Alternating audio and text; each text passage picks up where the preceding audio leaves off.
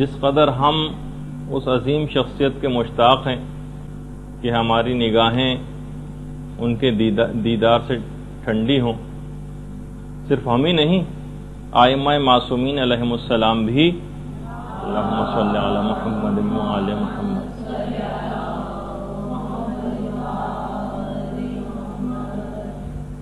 امیر المؤمنین علی ابن ابی طالب علیہ الصلوۃ والسلام بھی اللہم صلی علی محمد و آل محمد۔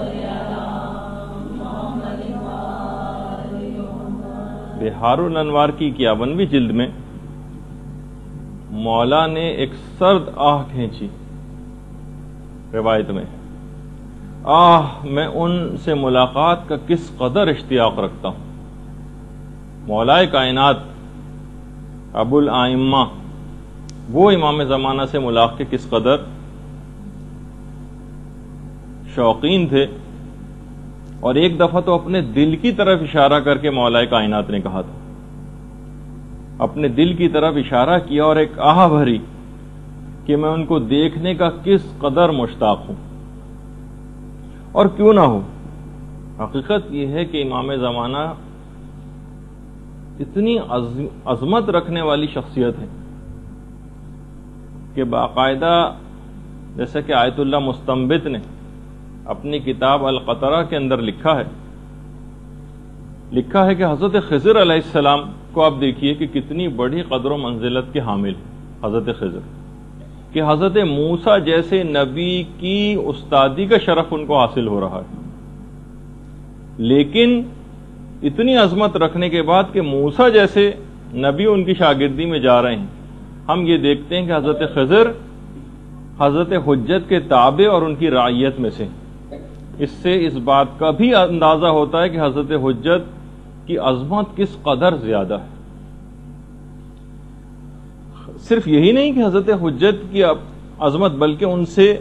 جو منسوب چیزیں ہیں ان کی عظمت کس قدر زیادہ ہے۔ امام سے منسوب جو مسجد جمکران ہے، مسجد جمکران باقاعدہ جنت الماوا کی روایت ہے کہ من صلاح، امام زمانہ نے مسجد جمکران کی باؤنڈریز کھینچی تھی نا، اور انہوں نے اس مسجد کو بنایا تھا۔ من صلاح فکأنما صلی فی البیت العتیق، مسجد جمکران میں نماز پڑھنے کا سبب وہی ہے جو خانہ کعبہ کے اندر نماز پڑھنے کا ہے۔ تو صرف یہی نہیں کہ امام زمانہ سے منسوب شخصیات بلکہ چیزیں نہ صرف امام زمانہ کی اپنی ذاتی نہیں، بلکہ ان سے منسوب جتنی چیزیں ہیں ان سب کی بھی عظمت بہت زیادہ ہے۔ اس کو بند کر دیں۔ اسی طریقے سے مثلا مسجد سہلہ، چھٹے امام کی جو روایت ہے امام جعفر صادق علیہ الصلوۃ والسلام کی، کہ جو شخص بھی 2 رکعت نماز مسجد سہلہ میں پڑھ لے گا، خدا اس کی عمر میں 2 سال کا اضافہ کر دے گا۔ 2 رکعت نماز پڑھنا مسجد سہلہ میں 2 سال کا عمر میں اضافہ کر دیتا ہے۔ اور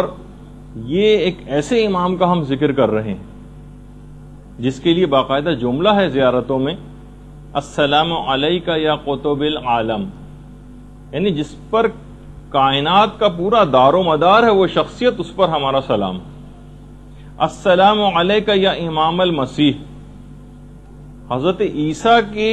امام آپ پر ہمارا سلام۔ جو نبی خدا ہیں ان کے بھی امام امام زمانہ عجل اللہ تعالی فرجہ الشریف کی ذات گرامی اللہ صلی اللہ۔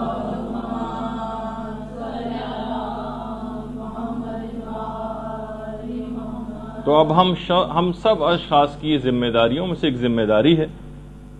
کہ ہمیشہ اور مستقل ان کو یاد رکھیں۔ باقاعدہ الگ سے ذمہ داریوں میں ایک چیز ہے کہ امام زمانہ کو مستقل یاد رکھا جائے۔ کچھ پاکیزہ نفوس ایسے ہیں کہ جنہوں نے باقاعدہ امام زمانہ کو اپنے خواب میں دیکھا تھا، جس میں امام زمانہ نے خود فرمایا تھا کہ تمام مومنین عزاداری سید الشہداء کی مجالس میں مصائب سننے کے بعد میرے لیے دعا ضرور کیا کریں۔ باقاعدہ حضرت حجت کا جملہ ہے کہ تمام مومنین مصائب سید الشہداء کو سننے کے بعد میرے لیے ضرور دعا کریں اور میں بھی ان کے لیے دعا کروں گا. مکیال المکارم میں آیت اللہ سید محمد تقی اصفہانی انہوں نے باقاعدہ ذمہ داریوں میں سے ایک ذمہ داری قرار دیا ہے کہ مستقل ایسی مجالس اور محافل کا انعقاد آپ لوگ کیجئے کہ جس میں امام زمانہ کا تذکرہ ہو اور ان کو یاد کیا جائے. یہ مستقل ذمہ داریوں میں سے ایک ذمہ داری.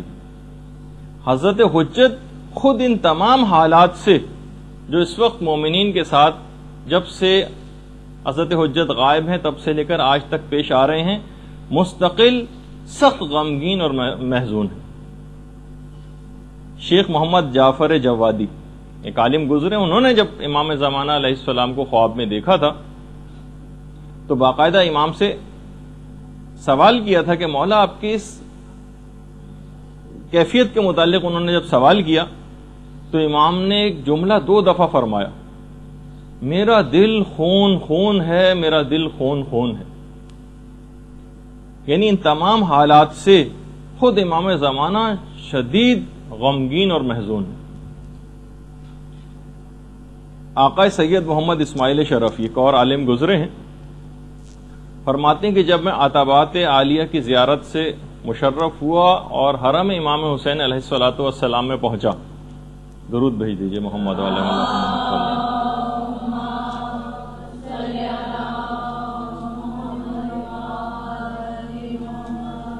تو میں نے دیکھا کہ خورشید جہاں اپنے جمال کی پوری تابش کے ساتھ ظاہر ہو گئے. یعنی امام زمانہ کو انہوں نے اپنی آنکھوں کے سامنے دیکھا. آقا سید محمد اسماعیل شرفین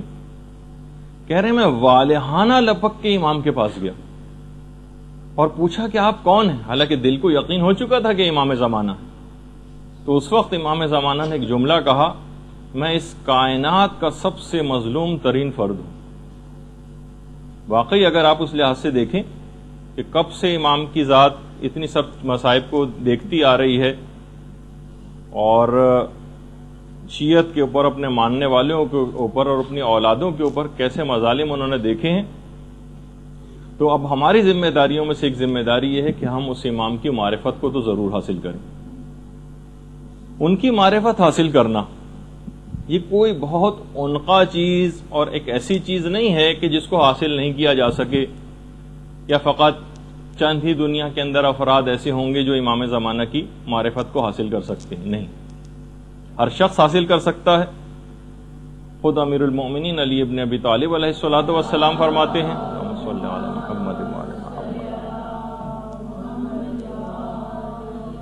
کہ جو شخص بھی جس چیز کی جستجو کرتا ہے اس کو مکمل طور پر پا لیتا ہے یا اس کا کچھ نہ کچھ حصہ تو پا ہی لیتا ہے. تو معرفت امام کی جستجو کرنا مکمل حاصل نہ بھی ہو سکی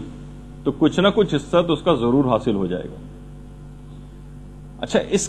اس کے لیے چند اعمال ہیں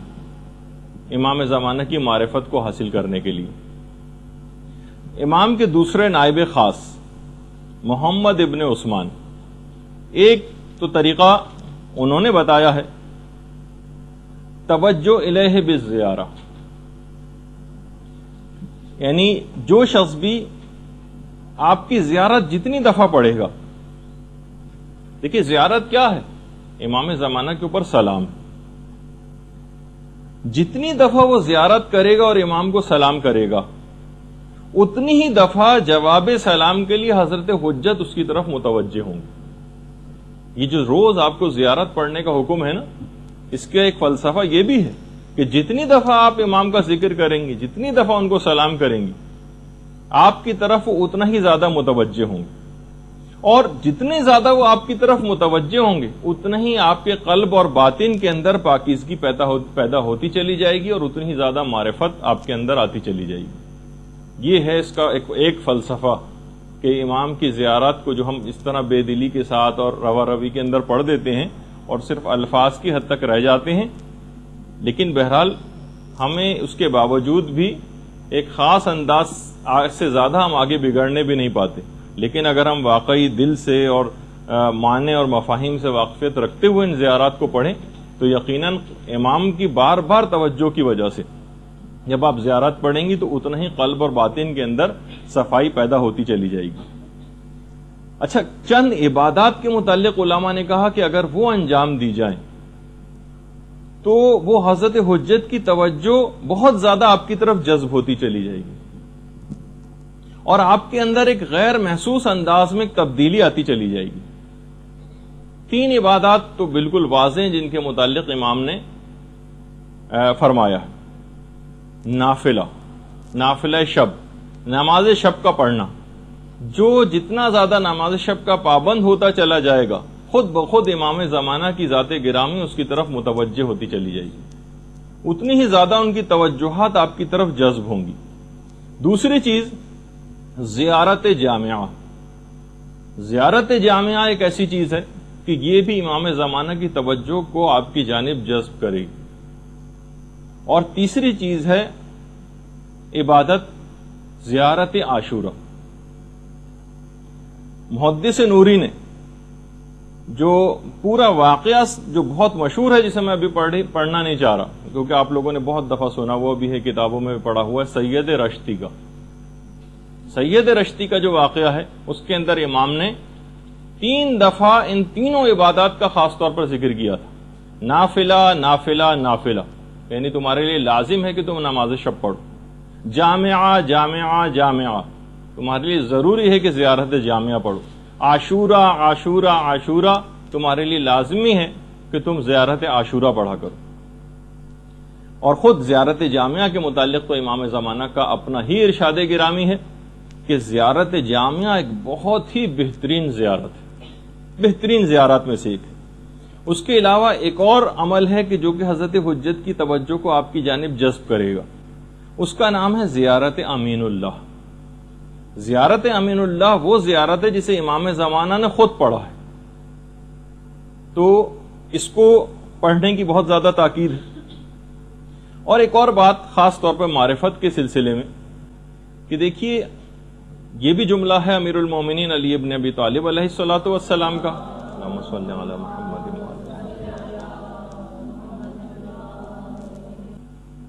باقاعدہ شرح غرر الحکم میں روایت ہے امیر المومنین سے کہ بلند ترین مقامات پر فقط اپنی عادات پر قابو پا کر ہی پہنچا جا سکتا ہے۔ ہم دیکھتے ہیں کہ ہماری بہت ساری عادات، سستی اور کاہلی، اور خاص طور پر جو سب سے بری عادت جو ہم سب کے اندر موجود ہے چند ایک مستثنیات کو چھوڑ کر، وہ ہے غفلت۔ علماء نے کہا کہ ہر چیز کو بہت سرسری طور پر لینا، ہر عذاب ہم نے سن لیے تمام گناہوں کے، کوئی ہم پر اثر ہوتے دیکھنے میں نہیں آ رہا۔ جو کہ پچھلی دفعہ بھی روایت میں نے بیان کی آخری زمانے کی نشانیوں میں سے کہ امام نے فرمایا تھا کہ نشانیاں مسلسل پوری ہو رہی ہوں گی لیکن کوئی ان سے اثر لینے والا نہ ہوگا، کسی کا کے کان پر جو نہیں رینگے گی۔ اگر آپ خود بھی دیکھیں، مسلسل آج ہمارا 4تھا ہفتہ ہے اس متعلق بیان کرتے ہوئے، کتنی نشانیاں آپ سن چکی ہیں، کتنا دل کو یقین آ چکا ہے کہ امام زمانہ کا ظہور کس قدر قریب ہے، ساری تقریباً نشانیاں پوری ہوتی جا رہی ہیں، اور اس کے باوجود ان 4 ہفتوں کے اندر کون سی عمل میں تبدیلی آئی، یہ آپ اپنے طور پر دیکھیے گا۔ سب سے بڑی جو بری عادت ہے ہماری وہ ہے غفلت، اور مولا نے فرمایا کہ بلند مقامات پر فقط اور فقط اپنی عادات، بری عادات کے اوپر غلبہ پا کر ہی پہنچا جا سکتا۔ تو معرفت اسی وقت حاصل ہو سکے گی کہ جب ہم اپنی ان بری عادات کو، مثلا بہت زیادہ سونے کی عادت، بہت زیادہ باتیں کرنے کی عادت، بہت زیادہ چیزوں کو سرسری لینے کی عادت، کسی چیز کو کوئی گویا اہمیت ہی نہیں دینی، کتنی بھی باتیں سنتے چلے جائیں، کتنی بھی احادیث کان کے اندر پڑھتی چلی جائیں، تو لیکن اس میں بھی سب سے بری عادت جو ہے وہ اس غفلت ہے۔ تو بہرحال یہ دیکھنا پڑے گا کہ ہم کیا ہیں، ہمارا ہدف اور ہمارا مقصد زندگی کیا ہے، یہ آپ کو طے کرنا پڑے گا۔ ایک بہت ہی اہم ترین چیز ہے، اور اپنے آپ کو ہمیشہ اس کے اندر آپ کو دیکھنا پڑے گا کہ آپ آخر زندگی میں آپ کو کرنا کیا ہے، آپ کا ہدف زندگی کیا ہے۔ اس غفلت کی زندگی سے باہر نکلنا پڑے گا، ایک ہدف زندگی طے کیجئے اور اس کے لیے دن اور رات ایک کر دیجئے، پھر آپ کو معرفت کا کوئی درجہ حاصل ہو سکے گا۔ اچھا، اسی طریقے سے ابھی جو بار بار اس بات کا ذکر ہوا کہ جناب دعا کیجیے حضرت حجت کے لیے، وہ بھی آپ کے لیے دعا کریں گے، خود ان کی فرمائش ہے کہ میرے لیے دعا کیا کرو، اس کے باوجود ہم دیکھتے ہیں کہ ہماری دعائیں قبول نہیں ہوتی. کتنے مومنین دعا کر رہے ہیں لیکن دعا ہے کہ قبول ہونے میں نہیں آتی ظہور کے سلسلے میں بھی. اور ہم جو عام زندگی میں لوگوں کا ایک طریقہ کار ہے اس میں بھی لوگ شکایتیں کرتے نظر آتے ہیں کہ ہمارا عمل انجام دے رہے ہیں لیکن کوئی دعا ہماری قبول نہیں ہوتی. دیکھیے ہمارے استاد نے ایک دفعہ ایک روایت پڑھی تھی آج سے تقریباً 15 سال پہلے، کتاب کیفر کردار کے حوالے سے. فرما یہ رہے تھے کہ دیکھیے 2 ٹانگوں والا جو آدمی ہوتا ہے وہ ایک ٹانگ والے کو دیکھ کر خدا کا شکر ادا کرتا ہے، اور ایک ٹانگ والا جو ہوتا ہے، یہ بھی روایت نہیں ہو تو خود بیان کر رہے تھے، وہ جس کی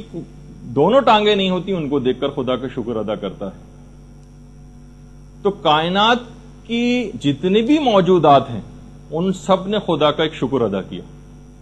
کتے نے بھی خدا کا شکر ادا کیا، پروردگار تیرا لاکھ لاکھ شکر ہے کہ تو نے مجھے کتا بنایا. اب کتے سے اگر سوال کیا جائے کہ تم کس بات کا شکر ادا کر رہے ہو، تم سے زیادہ نہ تو کوئی نجس ہے نہ تم سے زیادہ بدتر کوئی جانور ہے، تو کتے نے کہا ہاں میں خدا کا شکر ادا کر رہا ہوں کہ اس نے مجھے کتا بنایا ہے، سور نہیں بنایا. سور نے بھی خدا کا شکر ادا کیا، اے پروردگار تیرا لاکھ لاکھ شکر ہے جعلنی خنزیرا، کہ تو نے مجھے خنزیر بنایا. بھائی تم کو شکر ادا کرنے کی کیا ضرورت ہے؟ تم تو سب سے کتے سے بھی زیادہ بدتر ہو، نجس العین ہو، ہر رطوبت تمہاری نجس ہے، ساری فقہ کی کتابیں تمہاری ایک لحاظ سے مذمت میں نجاست کے ذکر سے بھری ہوئی ہیں، تم کس بات کا شکر ادا کر رہے ہو؟ تو خنزیر نے بھی کہا میں اس بات کا شکر ادا کر رہا ہوں کہ پروردگار نے مجھے خنزیر بنایا ہے، بے نمازی نہیں بنایا. اس سے آپ اندازہ لگائیے. تو اب وہ روایت ہمارے استاد نے پیش کی تھی کہ دیکھیے کچھ گروہ ایسے ہیں کہ جو جس جگہ پر موجود ہوں وہاں دعا کبھی قبول نہیں ہوتی. ان میں ایک روایت ہے کہ جس گھر میں کتا موجود ہو وہاں رحمت کے فرشتے نہیں آتے، رحمت کے فرشتے نہیں آتے تو دعا کی قبولیت بھی نہیں ہوتی. جس گھر میں کتا ہو، اور جس گھر میں کتے سے بھی بدتر سور ہو وہاں پہ بھی رحمت کے فرشتے نہیں آئیں گے اور دعا قبول نہیں ہوگی. اور جس گھر میں خنزیر سے بھی بدتر بے نمازی موجود ہو یا گنڈے دار نماز پڑھنے والے ہوں وہاں پر بھی، یعنی ان تمام اعمال جو انجام دیے جاتے ہیں، دعائے کمیل پڑھی جا رہی ہے اور زیارتیں پڑھی جا رہی ہیں، رحمت کے فرشتے خدا کی طرف سے آتے ہیں لیکن ہر طرف سے اس گھر کے دروازے اپنے لیے بند پاتے ہیں، وہاں منڈلاتے ہیں آس پاس اور پھر وہاں سے واپس چلے جاتے ہیں. پروردگار کی رحمت آتی ہے لیکن کچھ وجوہات ایسی ہیں، کچھ گروہ جن میں سے ایک گروہ بے نمازیوں کا بھی، کہ جب کتے کی وجہ سے رحمت کے فرشتے نہیں آتے تو اس سے بھی بدتر خنزیر ہے اور خنزیر سے بھی بدتر بے نمازی. تو کوشش کریں گے گھر میں ایسے افراد، دوسرے الفاظ میں معاشرے کے اندر تبدیلی یا امام اس وقت آئیں گے جب آپ اتنے افراد تو پیدا کر لیں کہ جب امام ایک الہی حکومت کے قیام کا اعلان کریں تو انہیں ہر منصب کے اوپر فائز کرنے کے لیے عادل افراد کی ضرورت ہوگی. فاسق و فاجر و بے دین اور جاہل افراد تو ان عہدوں کے اوپر نہیں مقرر کیے جائیں گے نا. تو معاشرے کے اندر زیادہ سے زیادہ علم کو فروغ دینا ہے اور معاشرے سے زیادہ زیادہ گناہوں کو ختم کرنا ہے. اور اس میں اپنے جو دعائیں قبول نہیں ہوئی اس کے اندر سے ایک وجہ یہ بھی ہے کہ آپ نے اب تک وہ کام ہی مکمل نہیں کیا جس کو ایک لحاظ سے گراؤنڈ ورک کہا جاتا ہے، ایک گراس روٹ لیول کے اوپر جو ایک کام ہوتا ہے. اور اس سے بڑھ کر بھی جو آگے کام ہوتے ہیں کہ جب الہی حکومت کا قیام ہوگا تو ایسے افراد کہاں ہوں گے، ایسے علم رکھنے والے، ایسے علم و تقوی رکھنے والے، گناہوں سے بچنے والے عادل افراد، ایسے افراد کی تعداد میں زیادہ سے زیادہ اضافہ کرنا. اچھا اب ایک چیز اور اس میں بتا دی جائے کہ دیکھیے غیبت کبریٰ کے دور میں جن افراد نے حضرت حجت کی زیارت بھی کی ان کی تعداد بھی ہزاروں میں، یعنی جو صحیح طریقے سے جن کے متعلق یہ بات معلوم ہوئی. البتہ دیکھیے ان کو اتنا زیادہ فروغ دیا جانا، اس میں بہت سارے، کیونکہ دیکھیے کہ جو منفی سوچ رکھنے والے یا حب جاؤ شہرت رکھنے والے افراد یا فراڈ جو افراد ہوتے ہیں وہ بھی اس کے اندر کود پڑتے ہیں. تو یہ بھی ضروری تھا کہ آپ کی زیارت مختلف ادوار میں لوگ کرتے رہیں، تاکہ آپ کا وجود کوئی تخیلاتی یا افسانوی نہ قرار پا جائے کہ بھئی آج تک تو کسی سے ملے نہیں، اگر ہوتا تو کبھی تو ملاقات ان سے ہوتی. تو اتنی ملاقاتیں بھی ضروری تھیں، اور نہ اتنی زیادہ یہ ملاقاتیں کہ فتنے کی شکل اختیار کر جائیں. اس وجہ سے ان کی مذمت بھی آئی کہ جو اس بات کو ظاہر کرے گا کہ میری امام سے ملاقات ہوئی اور لوگوں سے کہتا پھرے، شاید آیت اللہ جواد تبریزی کا جملہ، یہ اس بات کی دلیل ہے کہ اس کی ملاقات امام سے نہیں ہوئی. یعنی جو یہ کہتا ہے کہ میری ملاقات ہوئی، تو وہ جس کی ملاقات ہوتی ہے وہ بتاتا نہیں ہے، یا اس کے انتقال کے بعد پتہ چلتا ہے کہ ان کی ملاقات ہوئی تھی. تو بہرحال اس لحاظ سے یہ ایک سلسلہ ایک خاص مسئلے سے شروع کیا گیا کہ کچھ افراد کو مختلف ادوار میں زیارتیں بھی کروائی جائیں، اور باقاعدہ ایران کے اندر تو اس مسئلے نے جب سے ملاقات امام زمانہ نام کی کچھ کتابیں چھپیں تو تقریباً ایران میں ایک فتنہ سا نمودار ہو گیا تھا. ہر شخص تقریباً، کیونکہ ہر طرح سے لوگ رہنے والے وہاں پر بھی ہیں، اس بات کا مدعی ہو گیا. کسی کا کوئی کام ہو گیا، کسی کا مثلا گاڑی کا ٹائر پنکچر ہو گیا اور اس کا کوئی آدمی آیا اس کا ٹائر درست کر دیا، تو انہوں نے کہا تو امام زمانہ مثلا تشریف لائے تھے. تو ایک بالکل ایک مذاق سا بن کے رہ گیا. باقاعدہ کچھ ایسی کتابوں کو وہاں پر جلایا گیا، مظاہرے ہوئے، کچھ کتابوں کے لکھنے والوں کو وہاں پر اریسٹ بھی کیا گیا، اور تاکہ اس فتنے کے اوپر کسی طور پہ قابو پایا جا سکے. لیکن بہرحال الحمدللہ اس میں قابو پا لیا گیا اس پر. تو یہی چیز یہاں پر بھی آپ کو دیکھنی ہوگی کہ اگر اس طرح سے کوئی دعویٰ کرنے لگے تو یہ آپ کو اپنی ذمہ داری پتہ ہونی چاہیے کہ آپ کا اس وقت اقدام کیا ہونا چاہیے. اس پہ ہم ایک دفعہ ذکر کر بھی چکے ہیں آپ کی ایک نشست میں، جس میں مجتہدین کے آراء اور فتاوی سلسلے میں نقل کیے گئے تھے. اچھا، جتنی بھی علامتیں جیسے کہ ہم اس سے پہلے بیان کر رہے تھے کہ جو پوری ہو چکی، بہت ساری تو ایسی ہیں جو مسلسل پوری ہوتی ہوئی بھی نظر آ رہی، کتنی تو آپ نے سن لی. مثلا ایک وہ جو روایت ہے کہ مسلمانوں کا مقابلہ سلطان روم سے ہوگا. جیسے کہ آپ کے علم میں اس وقت پورا اس وقت جو سلطان روم یعنی امریکہ کس طرح سے پورے مسلمانوں کے خلاف اس نے ایک فوج کشی کا ایک سلسلہ شروع کر رکھا ہے، تو مسلمانوں کا مقابلہ سلطان روم سے ہوگا. یہ بھی روایات میں کہ حاکم حجاز حاکم بغداد کو اکسائے گا کہ وہ میرے بیٹے کے ملک پر حملہ کریں، جبکہ میرا بیٹا اس وقت حاکم خراسان ہوگا. میرا بیٹا ایک ایسے انقلاب کے بعد حکومت کو حاصل کرے گا جس میں 80,000 سے زائد مومنین اپنی جانوں کا نذرانہ پیش کریں. دیکھیے کتنی روایات ایسی. اسی طریقے سے میرا بیٹا ایک ایسے ظالم کو اقتدار سے ہٹا کر آگے آئے گا کہ جس کے سلسلے میں فقط 2 ہی بادشاہ ہوں گے. ہم دیکھتے ہیں کہ امام خمینی جس بادشاہ کو ہٹا کر جو پہلوی خاندان تھا، اس سے پہلے فقط 2 خاندانوں کے اندر ایران کے اندر حکومت رہی، صفوی خاندان اور قاجار خاندان. کہ میرا بیٹا ایک ایسے ظالم کو ہٹا کر اقتدار میں آئے گا کہ جس کے سلسلے میں فقط 2 بادشاہ ہوں گے، یعنی 2 خاندانوں میں بادشاہت رہے گی. حاکم حجاز میں سلسلہ بادشاہت بھائیوں میں چلے گا، جو کہ ہم کو اس وقت نظر بھی آ رہا. جب ہی آخری زمانے کے لیے اپنے ایمان کو بچانے کے لیے کتنی دعاؤں کی تاکید آئی ہے جو آپ سنتی رہتی، اپنی حفاظت ایمان کی دعا کرتے رہنا. پیغمبر اسلام ختمی مرتبہ صلی اللہ علیہ وآلہ وسلم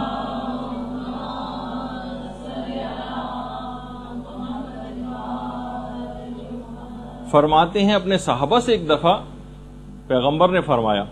کیا تم کو پتا ہے کہ سب سے زیادہ قابل تعجب ایمان کس شخص کا ہے؟ کچھ صحابہ نے کہا یا رسول اللہ ملائکہ کا ایمان. پیغمبر نے کہا نہیں، وہ تو بہرحال اللہ کی ایک معصوم مخلوق ہے، ان کے ایمان پر تو کوئی تعجب کی بات نہیں. لوگوں نے کہا یا رسول اللہ انبیاء کا ایمان. پیغمبر اسلام نے کہا نہیں، انبیاء بھی خدا کی معصوم ہستیاں ہیں اور ان کا ایمان کوئی قابل تعجب ایمان نہیں. کہا کہ اچھا یا رسول اللہ ہمارا ایمان.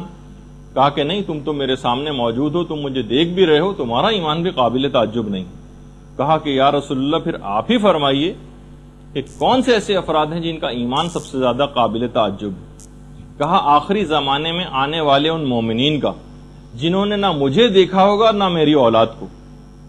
اور میرے آخری فرزند پر ان کا اعتقاد اتنا زیادہ مضبوط ہوگا کہ پہاڑ ٹل جائیں گے مگر ان کا ایمان ختم نہیں ہوگا، اور وہ سفیدی پر سیاہی کو دیکھ کر ایمان لائیں گے، جس کے متعلق علماء نے کہا کہ یعنی امام کو انہوں نے دیکھا نہیں ہوگا لیکن سفیدی پر سیاہی یعنی کاغذ کے اوپر لکھی ہوئی حدیثوں کو پڑھ کر کتابوں کے اندر ایمان لائیں گے۔ تو اس سے آپ اندازہ لگائی کہ بہرحال پیغمبر اسلام نے آخری زمانے میں، ہم ایسے نہیں کہ فقط ہماری مذمت ہی ہوتی رہے، ایمان کے اوپر جو ثابت قدم رہیں گے اور امام کے اوپر مضبوط اپنے اعتقاد کو رکھیں گے، پیغمبر اسلام نے کہا کہ ان لوگوں کا ایمان بہت زیادہ قابل تعجب ہے، جنہوں نے کچھ بھی تو نہیں دیکھا، نہ اماموں کو دیکھا، اور اتنے صدی سے زائد عرصہ گزر گیا اور ہم ہزاروں سال گزر گئے، کئی صدیاں گزر گئیں، لیکن ہم نے تو کسی بھی معصوم ہستی کو اپنی آنکھوں سے نہیں دیکھا، اس کے باوجود ثابت قدمی کے ساتھ رسول کے آخری فرزند پر ایمان رکھنا یہ قابل تعجب بات ہے۔ ایک دفعہ پیغمبر اسلام نے یہ بھی جملہ ارشاد فرمایا کہ اے میرے پروردگار مجھے اپنے بھائیوں سے ملحق کر دے۔ صحابہ نے عرض کیا یا رسول اللہ کیا ہم آپ کے بھائی نہیں؟ کہا کہ نہیں، تم تو میرے دوست ہو، میرے بھائی تو آخری زمانے کے وہ مومنین ہیں جن کا مرتبہ تم سے بھی زیادہ بلند، جن کا مرتبہ تم سے بھی زیادہ بلند ہے۔ انہوں نے کہا یا رسول اللہ ہم نے آپ کے ساتھ جنگیں لڑی ہیں، کتنی قربانیاں دی ہیں۔ کہا کہ نہیں، اس کے باوجود جنگ میں لڑنا، ساتھ رہنا تو آسان ہے، البتہ آخری زمانے میں آگ کو ہاتھ پر کھڑے رہنا، لے کر رہنا آسان ہوگا، جبکہ اپنے ایمان کو بچانا بہت زیادہ مشکل ہو جائے گا۔ تو پیغمبر نے باقاعدہ کہ مجھے میرے بھائیوں کے ساتھ ملحق کر دے، یہ جو ہماری پوری ایک نسل چل رہی ہے، اس کے متعلق پیغمبر اسلام نے جملہ ارشاد فرمایا اور کہا کہ وہ آخری زمانے میں آنے والے مومنین جو ثابت قدمی کے ساتھ رہیں گے، یہ اس زمانے کے صحابہ سے بھی زیادہ بلند مرتبے کے اوپر فائز ہو جائیں گے۔ اچھا، اب ایک بیچ میں اس لحاظ سے ایک بات آ گئی کہ مزید تفصیل میں اس سے پہلے جائیں، کچھ ایک آدھ چھوٹے چھوٹے سوالات تھے آپ لوگوں کے، جو بیچ میں بس اس کو 2-1 منٹ میں فارغ کر کے پھر اپنے موضوع پر۔ ایک تو یہ پوچھا گیا تھا کہ جناب یہ جو انتینا والی جو روایت آپ نے سنائی تھی، اس کا حوالہ کیا ہے؟ اس میں نے خیر حوالہ بھی بتایا تھا اس وقت، لیکن بہرحال جو کتاب کا نام ہے التشریف بالمنن المعروف بالملاحم والفتن، کتاب کا نام ہے التشریف بالمنن المعروف بالملاحم والفتن، سید ابن طاؤس کی لکھی ہوئی کتاب ہے، اس کے اندر وہ روایت موجود ہے۔ اسی طریقے سے یہ بھی پوچھا گیا کہ وہ جو اوتاد و ابدال، نجبا اور اخیار اور صالحین کے متعلق جو روایت بیان ہوئی تھی کہ ہر زمانے میں ہوتے ہیں اور امام کے ساتھ بھی ہیں، اس کا ریفرنس کیا ہے؟ تو اس میں بھی شیخ ابراہیم عاملی کفمی، جنہوں نے اپنی کتاب مصباح کے اندر اس روایت کو نقل کیا۔ اچھا، اتنا بتا دوں کہ دیکھیے مصباح کتاب ویسے بہت ساری ہیں، صرف مصباح کے نام کی جو کتاب ہے وہ شیخ کفمی کی کتاب ہے، اور اس کے علاوہ مصباح الزائر کے نام سے ایک اور کتاب ہے، سید ابن طاؤس کی کتاب مصباح الزائر۔ اچھا، اسی کے علاوہ شیخ طوسی کی ایک اور کتاب بھی مصباح المتہجد جس کا نام ہے۔ تو بہرحال اس نام سے مختلف کتابیں، لیکن فقط جو مصباح کتاب ہے وہ شیخ کفمی کی، جس کے اندر یہ والی روایت ہے۔ پھر وہ ایک سوال تھا کہ اس کا حوالہ بھی بتا دیجیے، اینما تکونوا یات بکم اللہ جمیعا، فاستبقوا الخیرات، نیکیوں میں سبقت کرو، تم ادھر ادھر بھی دنیا میں کہیں بھی موجود ہوں گے تو خدا ایک جگہ پر جمع کر دے گا۔ وہ بھی سورہ بقرہ کی آیت نمبر 148۔ یہ ایک دو چیزیں آپ لوگوں کی رہ گئی تھیں، تو میں نے سوچا کہ اس کو بیچ ہی میں اس وقت جواب دے دیا جائے، کبھی آخر میں چیز پھر رہ جائے۔ اچھا، اب ایک سوال یہ بھی تھا، خیر ابھی اس کی تفصیل آگے چل کر آئے گی، ایک ہر دفعہ جب بھی امام زمانہ کے متعلق گفتگو ہوتی ایک چیز ضرور بھی ضرور ہر جگہ پوچھی جاتی علماء سے، کہیں کوئی بھی اس موضوع پر خطاب کرے کہ امام زمانہ جب آئیں گے تو کیا تلوار سے جنگ ہوگی یا اس زمانے میں جو سپر لیٹسٹ قسم کے ہتھیار ہوں۔ تو بہرحال اس میں خیر مختلف چیزیں ہیں، اب اس کی تو بحث میں ہمیں نہیں جانا، لیکن رجحان علماء سب کا یہی ہے کہ نہیں، اس زمانے میں جو سپر لیٹسٹ طریقے جو بھی اختیار اس زمانے میں ہوں گے اس سے بھی بڑھ کر بلکہ امام اختیار کریں گے کہ اس زمانے کا انسان اتنا زیادہ ترقی یافتہ ہو چکے گا کہ وہ اپنے سے بہترین کوئی ٹیکنالوجی کوئی دیکھے گا تو ہی مرعوب ہوگا اور ایمان کو قبول کرے گا. یعنی اس کو اسی وقت یقین آئے گا جب وہ اپنے سے بہتر کسی چیز کے اندر وہ دیکھے گا کہ نہیں یہ تو ان کے پاس تو ہمارے سے بھی بہتر ایک چیز ہے. بلکہ علماء کا کہنا ہے کہ پہلے زمانوں کی نسبت آج کل کے دور میں تو ظہور امام زیادہ سے زیادہ سمجھ میں آ رہا ہے کہ واقعی آج کے دور میں اگر ظہور امام ہو جائے. باقاعدہ ہمارے استادی سے ایک دفعہ ہم سب لوگ بیٹھے پوچھ رہے تھے تو انہوں نے یہ جملہ کہا تھا کہ آج کل کے دور میں زیادہ ظہور آسان ہے. پہلے زمانے میں تو جناب یہ تھا تلوار کا دور تھا اور معجزات تو اگر دکھاتے تو امام ایک الگ بات ہوتی. لیکن آج ہم دیکھتے ہیں کہ پورا کا پورا کمپیوٹرائز دور ہے. اگر بالفرض آج کمپیوٹر کوئی وائرس ایسا آ جائے جو پوری دنیا کے کمپیوٹر وائرس ایک دوسرے سے کنیکٹڈ ہیں اور سب سارے کے سارے جیم ہو جائیں تو سارا یعنی اس وقت پورا سسٹم جتنا بھی ہے الیکٹریسٹی کا اور مواصلات کا اور سب چیزوں کا وہ پورے کا پورا ان تمام جو بڑی طاقتیں ان کا پورا سسٹم اس کے اوپر چل رہا ہے. آج یہ کوئی بھی آج ہم دیکھتے ہیں کہ ناسا کی ویب سائٹس کے اندر اکثر جو بچے ہیں وہ تک کچھ ایسے پروگرامز بنا کے وہاں پر گھس گئے اور کتنی اس پہ فلمیں بھی بنائی گئی کہ میزائل تک فائر ہونے والے تھے اور انہوں نے کمپیوٹر کے پروگرام کے ذریعے وہاں تک اپروچ کر لیا. تو آج تو ایک معمولی سا ایک سافٹ ویئر اور پروگرام کوئی اتنا کوئی ذہین شخص ہو اور وہ اگر اس کو بنا لے اور اس کو لانچ کر دے تو یہ ساری طاقتیں جو ہیں وہ بالکل بیکار ہو کر رہ جائیں گی. تو آج کل کے دور میں تو یہ چیز زیادہ سمجھ میں آ رہی. تو امام انہی طریقہ کار کو اختیار کر کے ان بڑی طاقتوں کو قابو بھی کریں گے اور تفصیل اپنے مقام پر آئے گی. لیکن آج اتنا وقت نہیں کیونکہ آج ہمیں ہر صورت میں اپنے اس موضوع کو مکمل کر لینا ہے. اچھا اب امام جب تشریف لے آئیں گے اور جتنی تفصیلات ہم نے بیان کی تو اس کے بعد یہ ہے کہ امام کچھ ایسی اصلاحات کریں گے. ایک ریفارمز ہوں گی پوری دنیا کے اندر. خاص طور پر اس کا آغاز کریں گے مکے سے. ایک تو مسجد الحرام کی جو حضرت ابراہیم کے دور میں جو حدود مقرر کی گئی تھیں جس کی پوری تفصیلات ہیں کہ حضرت ابراہیم کے دور میں حضرت ابراہیم نے کیا حرم کی حدود مقرر کی تھیں وہ ملا یا حضر الفقی میں شیخ صدوق نے لکھی. ہم وہ تو ابھی بیان نہیں کر رہے لیکن بہرحال یہ کہ مقام طواف وہ بہت زیادہ وسیع ہو جائے گا. بہت زیادہ وسیع ہو جائے گا مقام طواف کیونکہ اس حد تک جب حضرت حجت کا ظہور ہو جائے گا تو پوری دنیا سے اتنی بڑی تعداد کے اندر لوگ حج و عمرہ و زیارات کے لیے پہنچا کریں گے کہ بے پناہ رش کا اضافہ ہو جائے گا وہاں پر. اچھا مقام ابراہیم کو اپنی اصلی جگہ پر جو کہ جب زمانے رسول خدا میں تھا اس جگہ پر مقام ابراہیم کو لا کے رکھا جائے گا. آپ میں سے کسی نے دیکھا ہوگا تصویر کے اندر سنہری رنگ کا ایک شوکیس ہے جو خانہ کعبہ کے دروازے کے کچھ سامنے موجود ہے جو ذرا فاصلے پر ہے جس کے درمیان سے طواف کیا جاتا ہے مقام ابراہیم کے درمیان سے اور خانہ کعبہ کی دیوار سے. اس کو اپنے اصل مقام سے جو کہ زمانے رسول خدا میں تھا جو کہ ایک پورے تفصیل ہے اس کی جب انشاءاللہ آپ لوگوں کی حج کلاسز ہوں گی جو پچھلی بھی ہوئی تھی ان کے بھی سامنے بھی میں نے وہ چیز پیش کی تھی کہ باقاعدہ کس طرح سے ایک سیلاب آیا تھا اور مقام ابراہیم اپنی جگہ سے ہٹ گیا تھا اور اس کے بعد پھر حضرت عمر کے زمانے میں دوبارہ سے اس کی نپائی وغیرہ ہوئی تھی اور پھر اس کو اس جگہ پہ لا کے رکھا گیا جہاں آج ہے. خیر اس کی ایک الگ تفصیل ہے کہ پھر ائمہ کے جو اپنا دور آیا مولا کائنات کو انہوں نے اپنے واپس اس جگہ پہ کیوں نہیں رکھا تو اس کی تفصیل بھی اپنی جگہ پہ ہے. جب انشاءاللہ ہوگا تو ہم اس میں بیان کریں گے. تو بہرحال زمانے رسول خدا میں وہ مقام ابراہیم خانہ کعبہ کی دیوار سے ملا ہوا تھا. جب بھی کہا جاتا ہے رکن اور مقام کے درمیان امام ٹیک لگا کر بیٹھے ہوں گے. رکن تو حجر اسود کو کہا جاتا ہے وہ کونا کہ جہاں پہ حجر اسود لگا ہوا ہے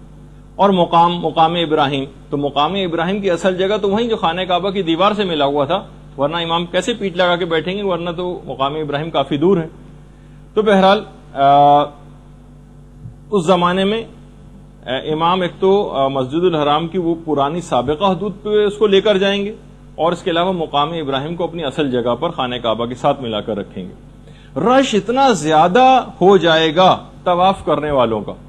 کہ امام زمانہ کی طرف سے حکم آ جائے گا کہ مستحب طواف کرنے والوں پر پابندی فقط اور فقط حج کے ایام میں خاص طور پر یہ بات ہوگی جب اتنا زیادہ رش ہوگا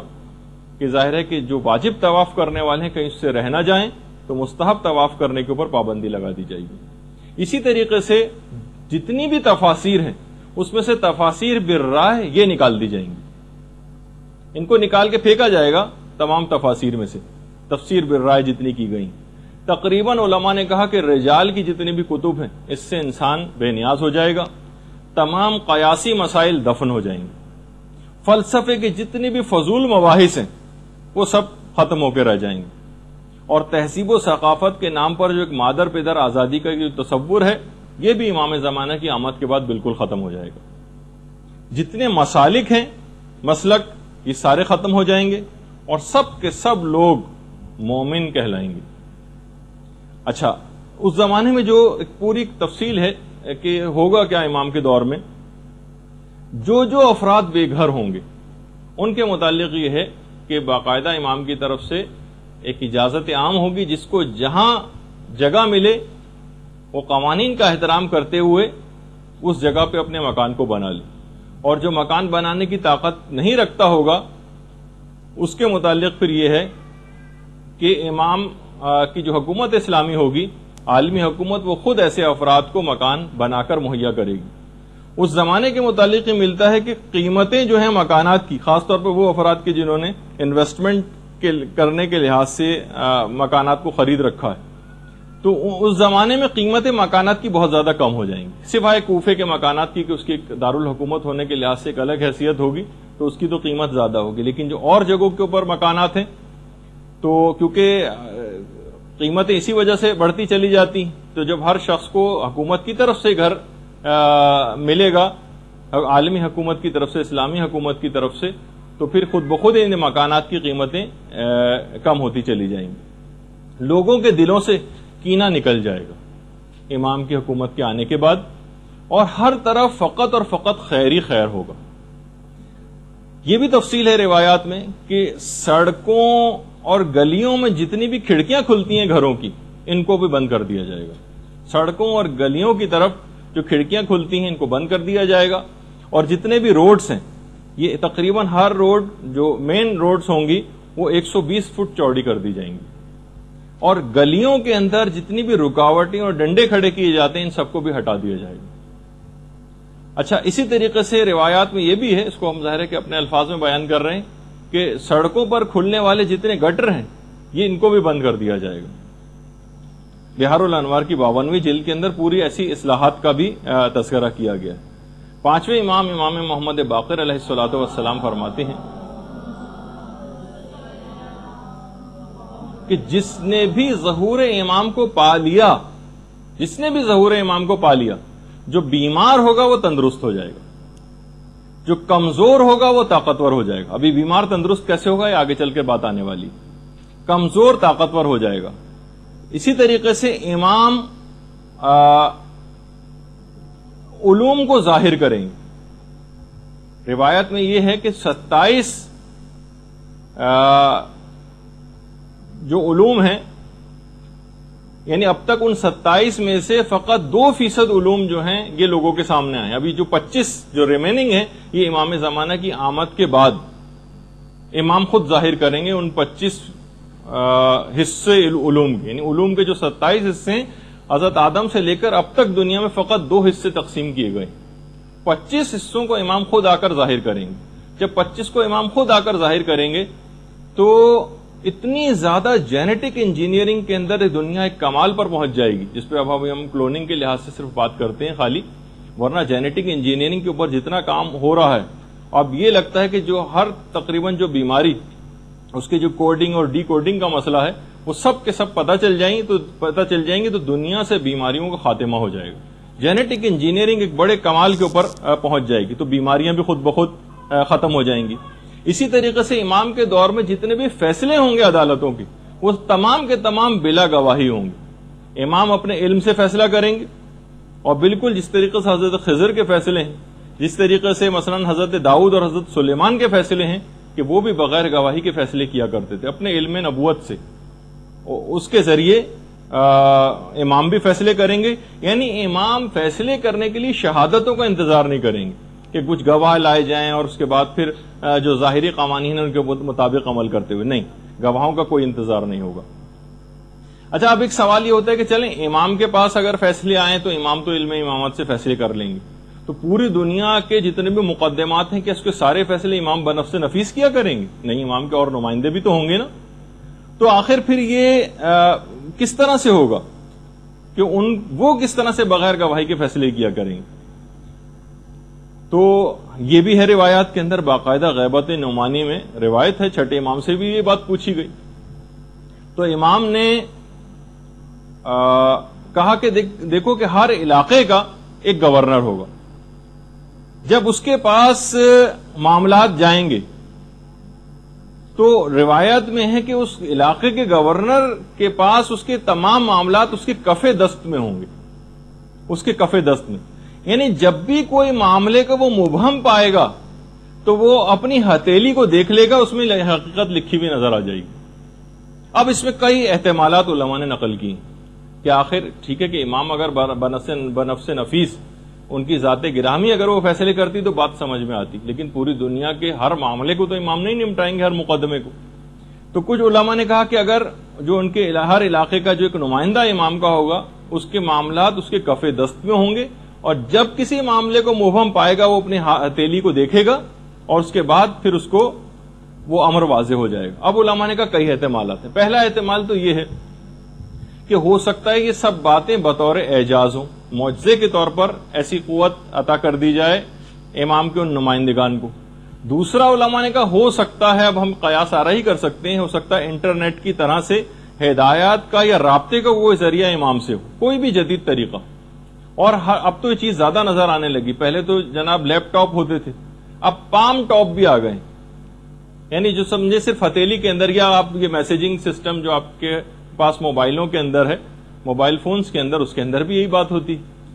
کہ سیلولر فونز جو ہیں ان کے طرز پر کوئی چیز ہو، یا ہو سکتا ہے اس سے بھی لیٹسٹ کوئی چیز ہو جو ہماری سمجھ میں نہیں آ رہی. اور یہ بھی روایات کے اندر ہے، باقاعدہ مخطوطہ ابن حماد کے اندر روایت ہے کہ خود پیغمبر اسلام سے مروی روایت ہے کہ ظہور امام کے بعد لوگ اپنے مردوں کی خواہش کریں گے، کاش آج ہمارے جو مردہ ہیں وہ آج زندہ ہوتے تو اس زمانے کو دیکھتے کہ ہم کتنی خوشحالی اور کتنی نعمتوں کے ساتھ امام کے ساتھ زندگی گزار رہے ہیں. لیکن اس کے بعد ان کی وہ دعا اور خواہش بھی قبول ہوگی، اور پھر رجت کا اب جس کے ہم ابھی آگے چل کر ذکر کرنے والے ہیں.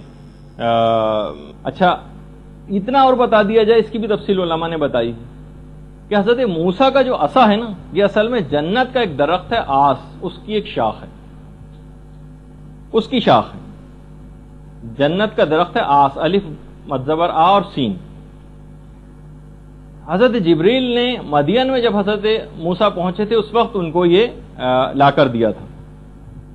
اور پانچویں امام یہ بات بیان فرماتے ہیں کہ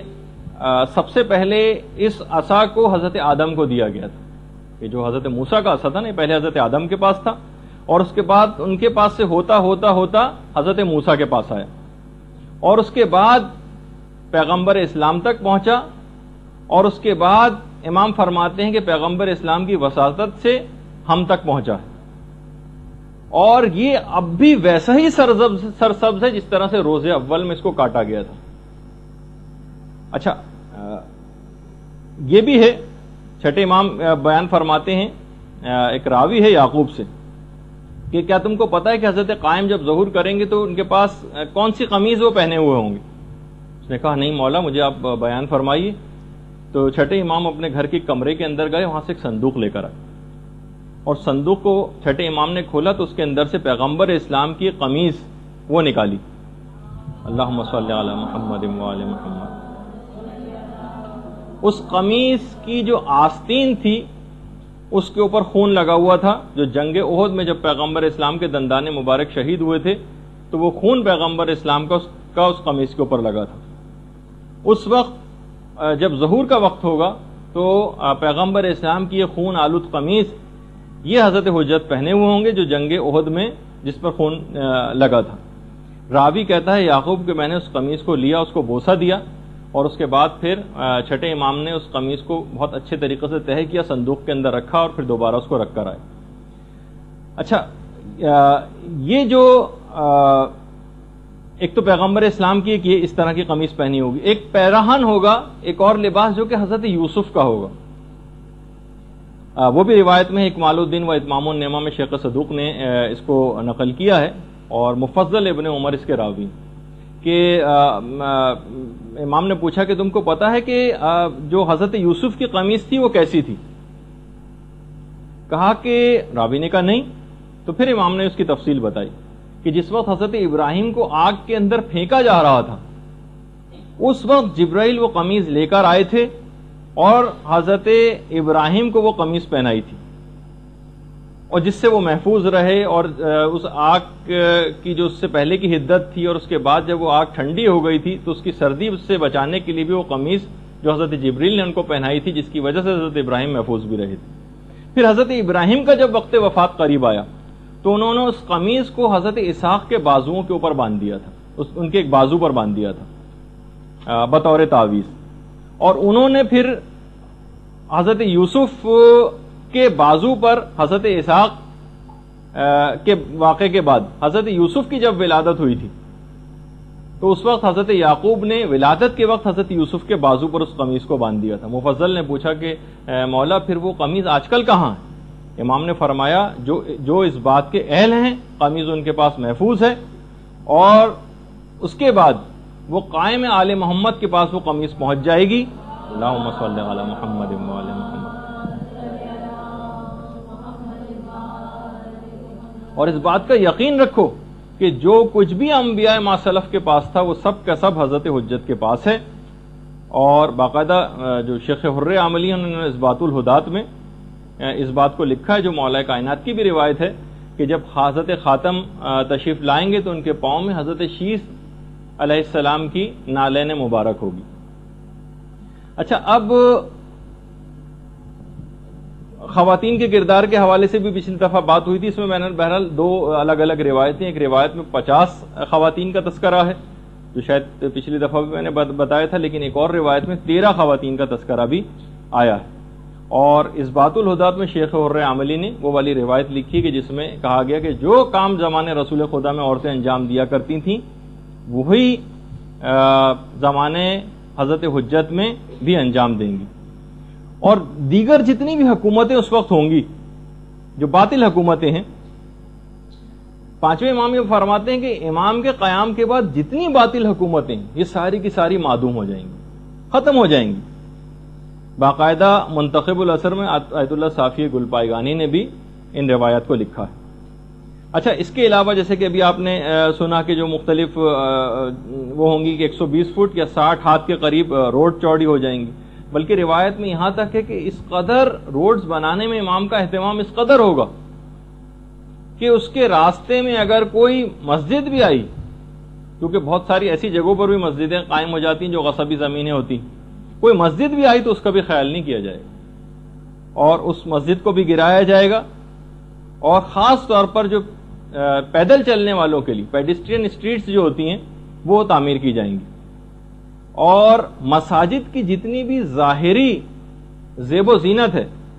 اس کو بھی ختم کیا جائے گا، سادگی کو زیادہ سے زیادہ رواج دیا جائے گا. مساجد کے جو مینار ہیں یہ گرائے جائیں گے. دیکھیے ایک اور بھی بات بتا دوں، خاص طور پر جب ہم اعتکاف کے مسائل بیان ہوتے ہیں تو اس وقت مسجد کی حدود کیا ہے جس کے اندر ایک معتکف کو رہنا ہوتا ہے، تو اس وقت یہ والی بحث آتی ہے کہ مثلا مسجد کی جو چھت ہے وہ مسجد میں آتی ہے یا نہیں آتی، مسجد کے جو مینار ہیں اس پہ اگر کوئی معتکف چڑھ جائے تو وہ مسجد سے باہر تو نہیں چلا جائے گا، یا مسجد کی جو محراب ہوتی ہے. دیکھیے اسلامک آرکیٹیکچر میں آج کل مینار، محراب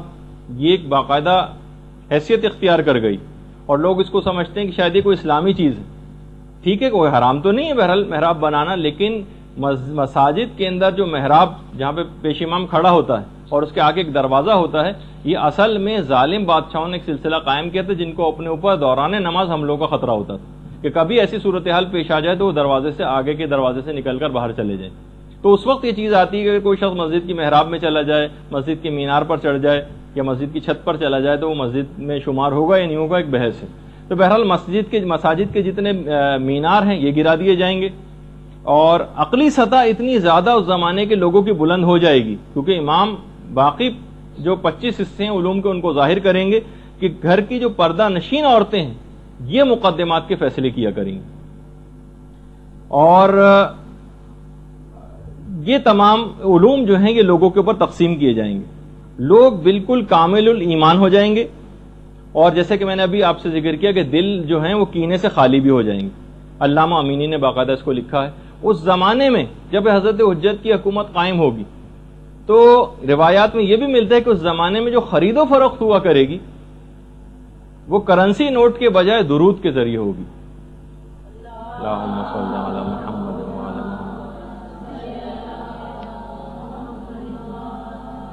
جس چیز کی جتنی قیمت ہوگی اس کے مطابق اس کو درود پڑھنا ہوگا اور وہ چیز وہ خرید سکے گا۔ باقاعدہ اس کا ایک تجربہ ایران عراق جنگ کے موقع پر کیا بھی جا چکا ہے، جب ایک صلواتی ہوٹل کے نام سے باقاعدہ قائم کیا گیا تھا کہ وہ کسی مجاہد کو جب کسی چیز کی ضرورت پیش آتی تھی تو وہ اتنی دفعہ چیز کو پڑھتا تھا، کھانے وغیرہ کی چیز، اور وہ درود پڑھ کے وہ چیز وہاں سے لے جاتا تھا۔ باقاعدہ اس کا تجربہ بھی ہو کے دیکھا جا چکا ہے۔ اچھا، اسی طریقے سے ہر شخص کی زبان پر ایک جملہ ہوگا حضرت حجت کے دور میں، اتنی زیادہ خدا کی نعمتیں دیکھیں گے کہ ہر ایک کی زبان پر بار بار یہ جملہ آئے گا، الحمدللہ رب العالمین، الحمدللہ رب العالمین، یہ ہر شخص کی زبان پر جاری ہو جائے گا۔ اسی طریقے سے اس زمانے میں جیسے ابھی اس کا ذکر ہوا کہ بیماریاں ختم ہو جائیں گی، جب بیماریاں ختم ہو جائیں گی تو ہر شخص کی عمر اتنی زیادہ طویل ہو جائے گی، روایات میں کہ ہر شخص اپنی 1,000 کے قریب اولادیں دیکھے گا،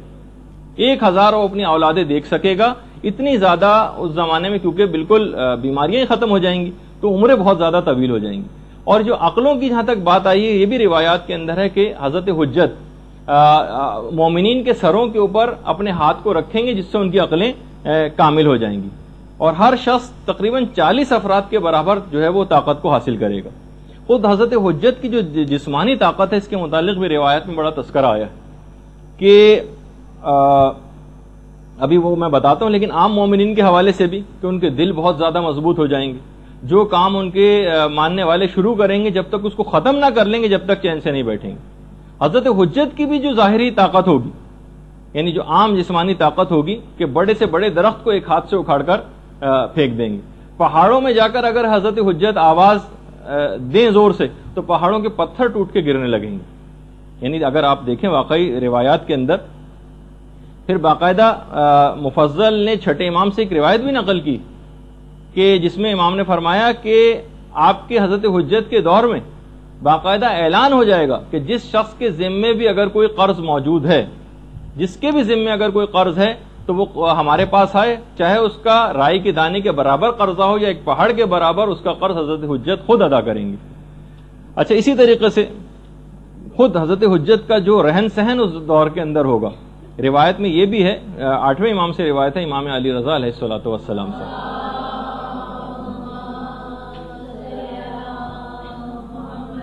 کہ امام کا جو رہن سہن ہوگا یہ انتہائی سادہ ہوگا۔ حضرت حجت، حضرت قائم کا لباس بہت ہی معمولی اور کھردرا ہوگا، اور غذا انتہائی کم قیمت اور سادہ۔ آیت اللہ صافی گل پائیگانی نے منتخب الاثر میں بھی اس کی تفصیل لکھی۔ اچھا، پھر اس کے بعد بہرحال حضرت حجت اس طرح سے زندگی گزاریں گے، اور کتنے سال ان کی حکومت رہے گی ہم پچھلی اس میں ایک تفصیل سے ذکر کر چکے ہیں۔ بہرحال حضرت حجت جس طریقے سے ایک دنیا میں طریقہ کار ہے، دیگر تمام ائمہ بھی اس دنیا سے رخصت ہوتے رہے ہیں، امام زمانہ بھی اس دنیا سے رخصت ہوں گے۔ اس سلسلے میں روایات دو طرح کی، کچھ روایت میں تو یہ ہے کہ وہ وفات پائیں گے، اور کچھ میں یہ ہے کہ وہ شہید ہوں گے۔ اچھا، البتہ یہ بھی علماء نے لکھا کہ جو شہادت کی روایات ہیں وہ وفات والی روایات سے ذرا برتری رکھتی ہیں، جیسا کہ امام حسن کا بھی جملہ ہے، ہمارے دوسرے امام، امام حسن علیہ الصلوۃ والسلام،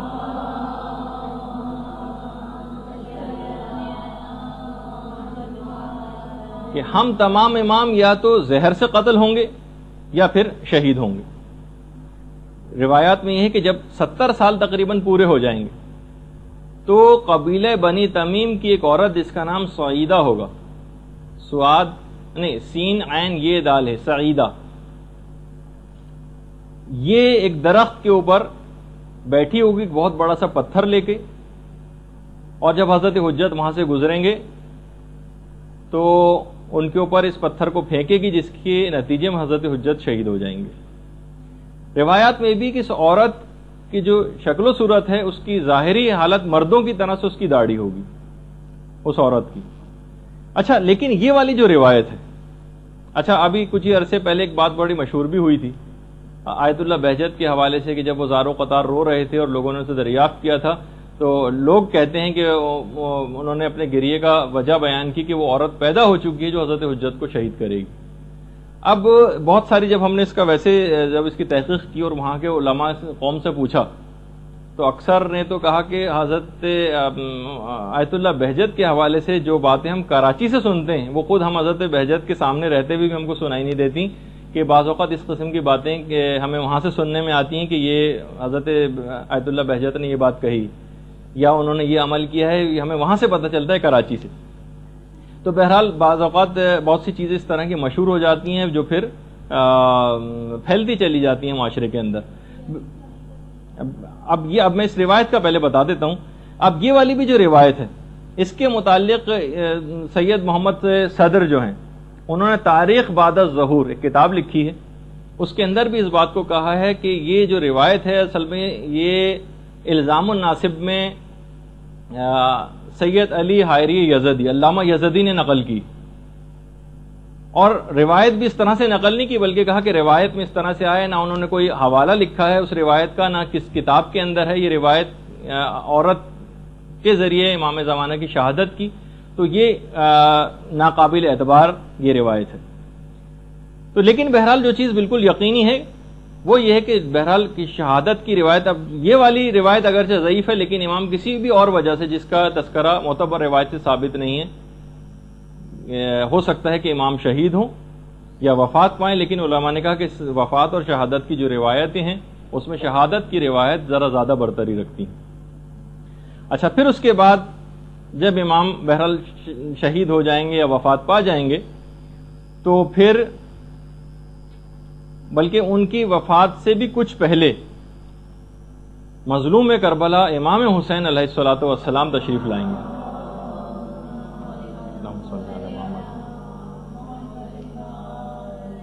امام کو سوائے امام کے کوئی غسل نہیں دے سکتا۔ تو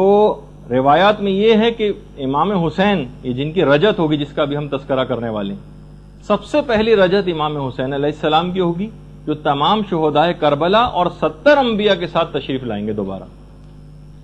اس وقت حضرت خاتم، حضرت حجت، حضرت قائم اپنی انگوٹھی اور جو تبرکات انبیاء ہیں یہ امام حسین علیہ الصلوۃ والسلام کے سپرد کر دیں گے۔ پھر اس کے بعد حضرت حجت کی شہادت واقع ہوگی، امام غسل دیں گے، کفن دیں گے اور انہیں دفن کیا جائے گا۔ اچھا، اس میں ایک بات اور بھی روایات میں آئی ہے کہ جو شیطان والا جو واقعہ ہے کہ کیا شیطان کو امام زمانہ قتل کریں گے؟ چھٹے امام سے یہ بات پوچھی گئی کہ شیطان نے تو قرآنی آیت بھی ہے کہ قیامت تک کے لیے مہلت مانگی تھی، یعنی اسے وقت معلوم تک کی مہلت دی گئی، تو یہ کہہ دیا جاتا ہے کہ ہاں تجھ کو قیامت تک کی مہلت ہے، سورہ ہجر میں بھی جو کہ پوری آیت ہے۔ تو امام نے فرمایا اس کو حضرت قائم کے قیام تک کی مہلت دی گئی۔ امام کے پاس پھر جب اس کا آخری وقت قریب آ جائے گا شیطان کا تو امام کے پاس وہ زانوں کے بل چلتا ہوا مسجد کوفہ میں شیطان آئے گا اور اس وقت ایک جملہ کہے گا، ہائے میری بد نصیبی، یہ روایت کا جملہ ہے، اور پھر اس کے بعد امام اس کے پیشانی کے بالوں سے اس کو پکڑ کر اس کی گردن کو کاٹ دیں گے، اور یہی وہ وقت معلوم ہے جس کو شیطان کو جس وقت تک کی مہلت دی گئی۔ تفسیر عیاشی میں بھی پوری یہ روایت ہے اور تفسیر المیزان میں علامہ محمد حسین طباطبائی نے بھی اس روایت کو لکھا ہے۔ اچھا، کچھ علماء نے کہا کہ جو شیطان کے قتل والی جو روایت ہے اس سے مراد فزیکلی شیطان کا قتل کرنا مراد نہیں، کچھ علماء نے یہ بات بھی کہی، بلکہ اس کے معنی یہ ہیں کہ ابلیسی مکر و فریب کا جو نظام ہے دنیا سے یہ ختم ہو جائے گا، ابلیسی نظریات بالکل ختم ہو جائیں گے اور عقل اور ایمان کی حکومت اس دنیا کے اوپر قائم ہو جائے گی۔ اچھا، اب کیونکہ ہم اس موقع پر آ گئے کہ حضرت حجت اس دنیا سے رخصت ہوں گے اور اس کے بعد پھر ہمارے تیسرے امام جن کی رجت سب سے پہلے ہوگی 70 انبیاء اور شہدائے کربلا کے ساتھ تشریف لائیں گے. کچھ لوگوں نے آ کر باقاعدہ مفضل نے آ کر امام سے کہا، شکایت کی کہ کچھ لوگ رجت کے قائل نہیں. ان کے متعلق آپ امام کیا فرماتے ہیں؟ اچھا ایک بات اور بتا دوں، اب یہ تھوڑے سی فقہی بحث ہے کہ جو رجت کا نظریہ ہے یہ ایک زمانہ تھا کہ جب یہ نظریہ ضروریات مذہب شیعہ میں سے ہوا کرتا تھا. ضروریات مذہب شیعہ ایک باقاعدہ ٹرم ہے، یعنی جس کو کا اگر انکار کر دیا جائے تو وہ شیعت سے خارج ہو جاتا تھا. لیکن موجودہ علماء کا جو نظریہ ہے وہ یہ ہے کہ رجت کے اوپر اعتقاد رکھنا یہ ضروریات مذہب شیعہ میں سے نہیں. یعنی اگر کسی شخص کو اس کے متعلق معلومات ہی نہیں ہے، یا اگر وہ اس طرح کی روایات سنتا بھی، جس میں ابھی آخر ہم آگے چل کر تذکرہ کریں گے بھی اس کا، تو بہرحال اس کی شیعت پہ اس سے کوئی فرق نہیں پڑتا. جب رجت کا موقع آئے گا تو خود ہی دیکھا جائے گا. اور ابھی ایسا کوئی نہیں ہے کہ اگر کسی کو اس کا اعتقاد نہ ہو، یا اگر آپ کسی کو یہ بات بیان کریں اسے یقین نہ آئے تو گویا وہ شیعت سے خارج سمجھا جائے. یہ والا ایسا نہیں. اور بس ایک جملہ کہوں گا، اب جس کو سمجھ آئے آئے، نہیں آئے تو نہیں، وہ یہ ہے کہ ضروریات مذہب شیعہ بھی بعض اوقات یہ جو نظریہ ہے کہ کون سی چیز ضروریات مذہب میں ہے اور کون سی چیز ضروریات مذہب میں نہیں، یہ بھی وقت گزرنے کے ساتھ کچھ مسائل میں تبدیلی ممکن ہے. ایک زمانے میں ایک چیز ضروریات مذہب شیعہ میں سے ہو اور کچھ عرصہ گزرنے کے بعد وہ ضروریات میں سے نہ رہے. یہ بہرحال ایک فقہی مسئلہ ہے، جس کو ایک اصولی مسئلہ ہے، جس پہ فی الحال اس پہ بات کرنے کی تو ضرورت نہیں ہے. تو مفصل نے آگے کہا کہ مولا کچھ ایسے افراد ہیں کہ جو رجت کے اوپر یقین نہیں رکھتے. تو امام نے کہا کہ کیا ان لوگوں نے ہمارے جد امجد کی وہ اور اہل بیت سے مروی وہ احادیث نہیں سنی جس میں بار بار ائمہ اطہار کی واپسی کی خبر دی گئی؟ کیا انہوں نے قرآن کی وہ آیت نہیں سنی، وَلَا نُذِيقَنَّهُم مِّنَ الْعَذَابِ الْأَدْنَىٰ دُونَ الْعَذَابِ الْأَكْبَرِ، جو باقاعدہ امام نے پھر آیت پڑھی کہ ہم انہیں بڑے عذاب سے پہلے چھوٹے عذاب کا مزہ چکھائیں گے. تو کہا کہ بڑا عذاب تو قیامت کا عذاب ہوگا اور چھوٹا عذاب اس دنیا میں ان ظالموں کے لیے رجت کے زمانے کا عذاب ہے. من العذاب الادنی دون العذاب الاکبر، ہم چھوٹے عذاب سے پہلے ان کو بڑے عذاب سے پہلے انہیں چھوٹے عذاب کا مزہ چکھائیں گے. تو بڑے عذاب سے مراد قیامت کا عذاب ہے اور چھوٹے عذاب سے مراد رجت کا عذاب ہے. اچھا اسی طریقے سے امام نے ایک اور بھی دلیل فرمائی. کہا کہ یہ جو جب مولا سے پوچھا گیا کہ مولا یہ جو سورہ تکاثر کے اندر ہے کلا سوف تعلمون ثم کلا سوف تعلمون، تو اس کے متعلق کہ انہیں معلوم چل جائے گا اور انہیں عنقریب معلوم چل جائے گا، اس کے متعلق آپ کیا کہتے ہیں؟ تو امام نے فرمایا کہ اس سے بھی مراد کہ ایک تو عنقریب ان کو رجت میں معلوم چل جائے گا، بہار الانوار کی جو تیسری جلد ہے اس کے اندر یہ روایت ہے، اور دوسرا ان کو قیامت میں معلوم چل جائے گا. کلا سوف تعلمون ان کو پتہ چل جائے گا، ثم کلا سوف تعلمون اور ان کو عنقریب پتہ چل جائے گا. تو یہ دو دفعہ اس کی تکرار کیوں آئی؟ تو امام نے کہا کہ ایک دفعہ ان کو رجت میں پتہ چلے گا اور ایک دفعہ قیامت میں. سید مرتضیٰ، شیخ مفید، کتنے ہی ہمارے علماء ایسے گزرے ہیں کہ جنہوں نے باقاعدہ رجت کے موضوع پر تواتر کا دعویٰ کیا اور کہا کہ اس پر اجماع ہے، اور کتنی زیادہ روایات سے اس کی تاکید بھی آئی ہے اس نظریے کی کہ باقاعدہ زیارت جامعہ جو کہ تمام ائمہ کی ایک ہی زیارت پڑھی جاتی ہے، یعنی اگر کوئی زیارت جامعہ پڑھ لے تو سب اماموں کی زیارت گویا اس نے پڑھ لی، اور جس کو علامہ مجلسی نے کہا کہ سب سے صحیح ترین زیارت جامعہ. اس کے اندر بھی ہے مصدق برجعتکم، اے مولا میں آپ کی رجت کی تصدیق کرتا ہوں، اے ائمہ معصومین میں آپ کی رجت کی تصدیق کرتا ہوں. اسی طریقے سے جو زیارت وارثہ میں جو چھٹے امام سے جو چیز بیان ہوئی ہے، انی بکم مؤمن و بایابکم موقن، میں آپ پر ایمان رکھتا ہوں اور آپ کی واپسی پر بھی ایمان رکھتا ہوں. یہ بھی اس بات کی نشاندہی، کبھی آپ ترجمے کے ساتھ پڑھیں زیارت وارثہ، انی بکم مؤمن و بایابکم موقن، میں آپ پر ایمان رکھتا ہوں اور آپ کی واپسی کے اوپر بھی ایمان رکھتا ہوں. اس سے بھی ہے. اسی طریقے سے زیارت آل یاسین، جس کی کہا جاتا ہے کہ دیدار امام کے لیے جو سب سے مجرب ترین زیارت ہے وہ زیارت آل یاسین. اگر کوئی زیارت کرنا چاہے امام کی اپنی آنکھوں سے تو زیارت آل یاسین پڑھے. اس کے اندر بھی ہے انا رجعتکم حق، میں گواہی دیتا ہوں کہ آپ کی رجعت اور واپسی بالکل برحق ہے۔ اچھا، اب ضروری نہیں ہے کہ ہمیں ہر روایت کو، جیسے کہ ہم لوگوں کا ایک مجالس سنتے سنتے اور مناظرے کی گفتگو سنتے سنتے ایک ٹرینڈ ہو گیا ہے کہ ہمیں ہر نظریے کا اس بات مخالف فرقے کی کتابوں سے درکار ہوتا ہے، اگرچہ ان کے ہمارے پاس روایات ہیں کہ ہم ان کی کتابوں سے بھی یہ چیز کیسے ثابت کریں گے، لیکن بہرحال اب یہ اس طرح سے دوسروں کی کتابوں میں کوئی چیز ملے تو ہی آپ اپنے نظریے کو قبول کریں، باقاعدہ جملہ ہے خود امام زمانہ کا۔ ہم معرف کی جو جستجو ہے، یہ جو آپ کوئی چیز حاصل کرنا چاہتے ہیں، معرف کی جستجو ہم اہل بیت کے سوا کسی اور سے حاصل کرنا ایسا ہی ہے جیسے ہمارا انکار کرنا۔ یعنی ہم یہ نہیں کہ ہمیں فلاں فلاں کی کتابوں سے اگر رجعت کے متعلق ہمیں دلائل ملے تو ہم اس کو مانیں گے، ورنہ ہم اس کو نہیں مانیں گے۔ تو بہرحال اچھا، اب ایک اور بھی چیز ہے کہ ایک عمل ہے جو کہ سید علی ابن طاؤس نے مصباح الزائر میں لکھا ہے کہ چھٹے امام سے بھی روایت ہے کہ جو شخص بھی 40 صبح دعائے عہد کو پڑھے وہ حضرت قائم کے انصار و اعوان میں سے قرار پائے گا۔ جو بھی 40 صبح دعائے عہد کو پڑھے، اور اگر یہ شخص ظہور سے پہلے فوت ہو گیا تو ظہور کے بعد دوبارہ زندہ کر کے اس کو حضرت حجت کی خدمت میں بھیجا جائے گا، اور یہ بھی جو دعائے عہد ہے اس کی ہر حرف کے بدلے 1000 نیکیاں لکھی جاتی ہیں، اور ہر حرف کے بدلے 1000 گناہ نامہ اعمال سے محو کیے جاتے ہیں۔ باقاعدہ دعائے عہد یہ آپ کتابوں کے اندر آپ کو مل جائے گی۔ اچھا، اس زمانے کے لحاظ سے پھر ایک اور بات اور بھی ہے کہ کوفہ اور نجف، جیسے کہ میں نے اس سے پہلے کہا تھا کہ روایات میں ہے کہ حضرت حجت کی جو ظہور کی علامات ہے اس میں سے کوفہ اور نجف مل جائیں گے، یعنی اب یہ پیشگوئی بالکل اب نظر آ رہی ہے کہ آخری زمان تقریباً جو درمیانی آبادی بہت زیادہ بڑھنے کی وجہ سے یہ دونوں شہر مل کے رہ گئے۔ اچھا، زمانے رجعت کے اندر جو یہ بھی روایات کے اندر آیا ہے کہ پیغمبر اسلام کی بھی حکومت دوبارہ ہوگی،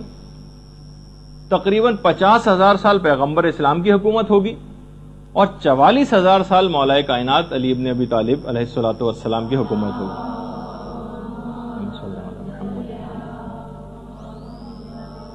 مولا کائنات اور پیغمبر اسلام کی ملاقات نجف میں ہوگی، اور ایک باقاعدہ ایک مسجد بھی تعمیر ہوگی، پہلے امام کے لحاظ سے بھی ایک ہے اور ایک زمانے رسول خدا کے لحاظ سے بھی ایک روایت آئی کہ اس میں 1200 دروازے ہوں گے، جبکہ امام زمانہ والی جو مسجد ہے اس کے متعلق 1000 دروازوں کی جو سید ابن طاؤس نے روایت نقل کی۔ ایک روایت میں کہ پوری دنیا کی جو عمر ہے یہ 1,00,000 سال ہے، ایک روایت ہے، اس میں 20,000 سال تو عام لوگ حکومت کریں گے اور 80,000 سال آل محمد کی حکومت ہوگی۔ 20,000 سال عام لوگوں کی حکومت ہوگی اور 80,000 سال اس دنیا میں آل محمد کی حکومت ہوگی۔ اچھا، روایات میں ملتا ہے کہ امیر المومنین کی رجعت 2 دفعہ ہوگی، ایک دفعہ تو پیغمبر اسلام کے ساتھ تشریف لائیں گے، اور ایک میں ہے کہ خود امام حسین علیہ الصلوۃ والسلام کے ساتھ تشریف لائیں گے۔ اچھا، رجعت کے سلسلے میں بھی وہ جیسے میں نے آپ کو ایک گفتگو اس سے پہلے ہوئی تھی، اس میں کہا تھا کہ جمادی الثانی کے آخر میں جو بارشیں ہوں گی، ایک تو ظہور سے پہلے کی بھی بارشیں ہیں اور ایک رجعت سے پہلے بھی بارشیں ہوں گی، اتنی شدید بارشیں ہوں گی، اتنی 10 روز تک تو اتنی زبردست بارش ہوگی کہ آج تک لوگوں نے ایسی بارش نہیں دیکھی ہوگی، اور یہ بارش جب مومنین کی قبور کے اوپر پڑے گی تو اس سے جسم نمو پائیں گے اور لوگ مٹی کو جھاڑتے ہوئے اپنی قبروں سے باہر آ جائیں گے، اس حالت میں اٹھیں گے کہ مٹی سروں سے گر رہی ہوگی۔ زمانے رجعت میں جو شخص بھی دوبارہ اٹھے گا وہ اپنی سابقہ عمر سے دگنی عمر پائے گا جتنی اس سے پہلے اس نے حاصل کی تھی۔ اچھا، جو اس زمانے میں روایات میں یہ بھی ہے کہ جو ناصبی ہوں گے، جو دشمنان اہل بیت چند ایک رہ جائیں گے، ان کے متعلق اس آیت کی تفسیر میں جو ہم نے اس سے پہلے برزخ کے عذاب میں ذکر کی تھی، فَإِنَّ لَهُ مَعِيشَةً ضَنْكَ، کہ ان کا جینا بڑا تنگی کا جینا ہوگا۔ ایک روایت میں ایک تو یہ ہے کہ قبر اس سے مراد ہے، ایک اور روایت بھی ہے چھٹے امام کی کہ اس سے مراد ناصبی ہیں، زمانہ رجعت میں ان کی غذا اور خوراک بنی آدم کا فضلہ ہوا کرے گی جو ناصبی ہیں۔ تو بہرحال اچھا، اسی لحاظ سے اکثر علماء نے ایک چیز اور بھی اس میں لکھی ہے کہ بہت سارے ظالمین ایسے ہوں گے جن کی رجعت کئی دفعہ ہوگی، اور وہ ہر دفعہ اپنے کیے کی سزا پائیں گے. یعنی ایک دفعہ کی دی گئی سزا زمانے رجت میں ان کے لیے کافی نہیں ہوگی. رجت میں ایک بات یاد رہے کہ زمانے رجت میں توبہ کا دروازہ بالکل بند ہے. کسی کی کوئی توبہ قبول نہیں ہوگی زمانے رجت میں. چھٹے امام کی ایک اور روایت بھی ہے کہ رجت میں دو طرح کے لوگ اٹھائے جائیں گے, یا تو خالص مومن ہوں گے یا خالص کافر ہوں گے. درمیانی جو مومنین ہوں گے ان کو نہیں اٹھایا جائے گا سوائے اس کے کہ وہ اس بات کی خواہش رکھیں. باقاعدہ تفسیر نور الثقلین کے اندر پوری تفصیل ہے اس کی. اچھا, اب ایک چیز یہ سوال پیدا ہوتا ہے کہ جو رجت ہوگی یہ اجباری ہوگی یا اختیاری ہوگی. تو دیکھیے بہرحال ظالمین کوئی اپنے شوق سے سزا پانے کے لیے تو اٹھیں گے نہیں. مومنین کے لیے اختیاری ہوگی, باقاعدہ فرشتے جا کر ان سے پوچھیں گے کہ اگر تمہارے امام نے ظہور کیا ہے, اگر تم ان کی نصرت کے لیے جانا چاہتے ہو تو چلے جاؤ. کون مومن بدنصیب ایسا ہوگا جو اس وقت انکار کرے گا؟ البتہ ظالمین کے لیے تو کوئی شوق سے نہیں آئیں گے, ان کی اجباری ہوگی. اچھا, پھر اس کے بعد مفضل کی ایک چھٹے امام سے بھی روایت ہے کہ جو بھی پوچھا گیا کہ جو بھی اشتیاق رکھے گا حضرت حجت کی زیارت کا, اس کی آخر وہ حسرت پوری کیسے ہوگی؟ تو بہرحال اس کی دعا کرنا, بہرحال روایت میں تو بہت سارے اس طرح کے, ہم میرے خیال آپ کی خدمت میں اس سے پہلے بیان بھی کر چکے ہیں کہ وہ کون کون سے ہم طریقے اختیار کریں کہ جس سے ہم اس بات کی خواہش رکھتے ہوں کہ ہم زمانے رجت میں اٹھائے جائیں. جو اعمال ہیں تو خیر میں نے اس سے پہلے بیان بھی کر چکا. رجت میں کون کون اٹھے گا یہ بھی میرے خیال ہے پچھلی دفعہ کے کسی ایک لیکچر میں نے آپ کی خدمت میں بیان کیا تھا. ایک تو حضرت خضر ہی ہوں گے جن کی عمر اس وقت میں نے بتائی تھی کہ تقریباً 6000 سال, اور ان کو جو اتنی طویل ترین زندگی دی گئی ہے حضرت خضر کو, ان کے متعلق بھی روایت میں یہ ہے کہ حضرت خضر کو اتنی طویل زندگی کا دیا جانا یہ اس بات کے لیے ہے, تقویت پہنچانے کے لیے کہ وہ حضرت حجت کی طویل ترین زندگی کے گواہ قرار پائیں, اور لوگوں کے سامنے بھی ایک ایگزامپل رہے کہ جن کو تم بالکل مانتے ہو 100% کہ ایک عام شخص بھی تھے یا چلے نبی بھی تھے, تب بھی بطور اعجاز اگر پروردگار چاہے تو اتنی طویل عمر بھی کر سکتا ہے. حضرت خضر کی تو 6000 سال, حضرت حجت کی تو 1000 سال سے کچھ زیادہ ہے عمر. تو بہرحال اچھا, اسی طریقے سے ایک روایت یہ بھی ہے جو کہ ہمارے امام حسین علیہ الصلوۃ والسلام سے ہے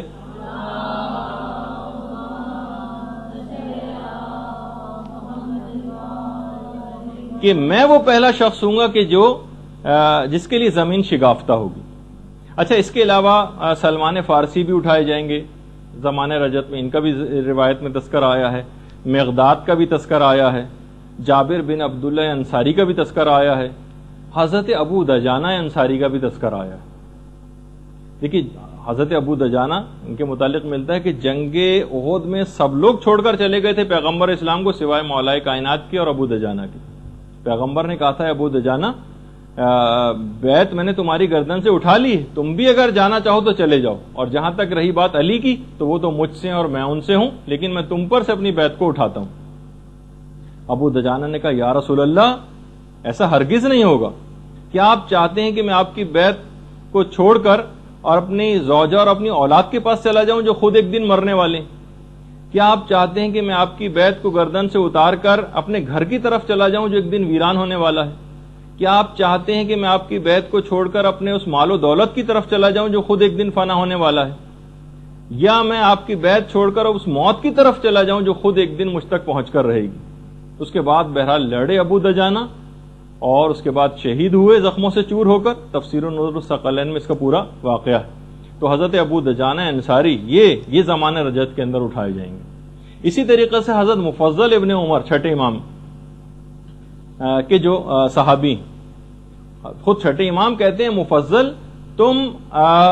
حضرت قائم کے دائیں طرف کھڑے ہوں گے اور تم لوگوں کو اس طرح سے امرو نہیں کرو گے, اور آج سے زیادہ اس زمانے میں لوگ تم سے فرمان کو حاصل کیا کریں گے. مفضل ابن عمر کو امام فرما رہے ہیں کہ تم دائیں طرف کھڑے ہوں گے اور تم اس زمانے میں بھی امر بالمعروف اور نہی عن المنکر کیا کرو گے, اور اس دن تم سے آج سے زیادہ لوگ فرمان حاصل کیا کریں گے. اسی طریقے سے زمانہ رجت میں اٹھائے جانے والے افراد میں مومن آل فرعون بھی ہوگا. مومن آل فرعون جن کا قرآن کے اندر بھی تذکر آیا ہے. اچھا یہ بھی حضرت امام مہدی کے اصحاب میں سے قرار پائیں گے. اس کے علاوہ حضرت موسیٰ کے جو وصی تھے یوشع بن نون یہ بھی زمانے رجت میں اٹھائے جائیں گے. روایت میں ملتا ہے کہ ان کی بھی جو زندگی ہے حضرت یوشع کی, یہ جو ان کے وصی تھے حضرت موسیٰ کے, ان کی زندگی بہت زیادہ حضرت امیر المومنین کی زندگی سے مماثلت رکھتی. چھٹے امام فرماتے ہیں کہ انہوں نے حضرت موسیٰ کے بعد بہت تکلیفیں اٹھائیں اور بالکل پیغمبر اسلام کی طرح سے ہی حضرت موسیٰ کی جو زوجہ تھی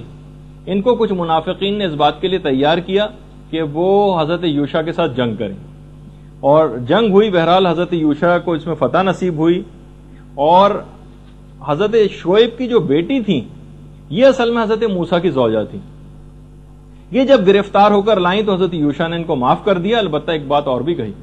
کہ میں جب قیامت کے دن حضرت موسیٰ کے پاس جاؤں گا تو آپ کی شکایت کروں گا, کیا آپ کی وفات کے بعد آپ کی زوجہ نے کس طرح سے مجھ سے جنگ کی. تو زوجہ حضرت موسیٰ نے کہا وائے ہو مجھ پر, خدا کی قسم اگر مجھے جنت میں جانے کی اجازت مل گئی تو میں اس میں داخلے سے شرم کروں گی کہ موسیٰ وہاں پر موجود ہوں گے, میں نے کیسے منہ دکھاؤں گی کہ میں نے ان کی حرمت کو پامال کیا اور پردے سے باہر نکل آئی اور ان کے وصی سے میں نے جنگ کی. یعنی بالکل وہی مولا امیر المومنین کے واقعات سے بہت مماثلت ان میں رکھی ہے. البتہ علماء نے کہا ایک فرق ہے کہ مولا کے زمانے میں جو خاتون تھیں وہ آخری وقت تک یہی تصور کرتی رہیں کہ انہوں نے قرآن کے حکم وقرنا فی بیوت کنہ کے قرآنی حکم کی مخالفت نہیں کی. اے نبی کی بیویوں گھروں میں رہو. انہوں نے تو کہا میں نے پردے کو پامال کیا اور گھر سے باہر نکل آئے, ان کے وصی سے جنگ کی, لیکن وہ خاتون بہرحال آخر وقت تک یہی کہتی رہیں کہ میں نے کوئی غلطی نہیں کی. اچھا اسی طریقے سے اصحاب کہف کے متعلق ہے. یوشع بن نون بھی آئیں گے اور اصحاب کہف یہ بھی آئیں گے. اصحاب کہف کے تو متعلق ہے کہ سب سے پہلے دن جب خانہ کعبہ میں لوگ جمع ہوں گے سب سے پہلے اصحاب کہف پہنچیں گے پہلے ہی دن, اور یہ ان 313 افراد کے اندر شامل ہوں گے. ایک بات اور بھی کہے بغیر نہ رہ جائے اس میں کہ اکثر لوگوں کے ایک زمانہ تھا جب ہم یہ اس پہ گفتگو کر رہے تھے برزخ کے حالات پر اور جسم مثالی پر گفتگو ہوئی تھی, ایک نظریہ یہ ہے لیکن علماء نے اس کا رد کر دیا, کہا کہ جو رجت ہے یہ جسم اصلی پر واقع ہوگی, جسم مثالی پر واقع نہیں ہوگی. اس میں جسم مثالی نہیں ہوگا, جسم اصلی اٹھایا جائے گا رجت کے اندر. اور پھر اب اتنا وقت پھر نہیں رہا تو بہرحال اس میں بس ایک آخری چیز اور بیان کر دیں ہم کہ جتنے بھی لوگ جنہوں نے آل محمد کو ستایا ہوگا یہ بھی زمانے رجت کے اندر اٹھائے جائیں گے اور ان سے بھی انتقام لیا جائے گا. اور تفسیر نور الثقلین میں اس عورت کا بھی تذکرہ آیا ہے جو شہزادی کونین کو بہت زیادہ اذیت پہنچایا کرتی تھی, ان کا بھی ہے کہ ان کو بھی اٹھایا جائے گا اور ان پر عذاب ہوگا. اسی طریقے سے وہ تمام افراد بھی جنہوں نے ماریہ قبطیہ پر جو تہمت لگائی تھی پیغمبر اسلام کی زوجہ پر, ان کو بھی اٹھایا جائے گا. اور کچھ 2 ظالموں کا بھی تذکرہ آیا ہے, ان کو بھی اٹھایا جائے گا اور ان کو بھی سزائیں دی جائیں گی جس کی پوری تفصیل آئی ہے. رجت کے متعلق تقریباً 200 احادیث ہیں ائمہ معصومین سے مروی. 40 علماء نے رجت کی احادیث کو نقل کیا ہے اور 50 سے زائد ایسی کتابیں ہیں معتبر کہ جس کے اندر رجت کے متعلق روایات ذکر ہوئی. اچھا دیکھیے امام زمانہ کے متعلق جو یہ بات کہی جاتی ہے کہ امام کی غیبت پر امام کی اپنی ولادت سے پہلے کتابیں لکھی جا چکی. علی ابن حسن نام کے عالم انہوں نے کتابیں لکھی تھیں. اس کے علاوہ بطائنی ہے, ان کی کتابیں ہیں. ابو الفضل ناشری کی کتابیں ہیں. خود یعنی امام کی پیدائش سے پہلے امام کی غیبت کے موضوع پر کتابیں لکھی جا چکی. لوگ بار بار ائمہ معصومین کے پاس آتے تھے کہ مولا یہ بتائیے کہ آخر ہم کو یہ آسائش اور یہ فرج اور یہ ظلم سے نجات کب ملے گی. تو پھر اس کے بعد امام تمام وہ کیفیات اور علامات بتایا کرتے تھے کہ ہمارا آنے والا ایک آئے گا اور اس زمانے میں یہی علامات ہوں گی اور اس کے بعد اس کا ظہور ہوگا اور اس کے بعد آسانی نصیب ہوگی. تو کتابیں بھی لکھی جا چکی ہیں. اچھا اس لحاظ سے بس اب ہم اس موضوع کو یہاں پر اختتام پذیر کرتے ہیں کہ زمانہ رجت کے اندر تمام ائمہ معصومین کی دوبارہ واپسی ہوگی روایات کے اندر ہے, اور اس کے بعد یہ ایک سلسلہ چلے گا اور جب دنیا کی وہ مدت پوری ہو جائے گی تو اس کے بعد قیامت.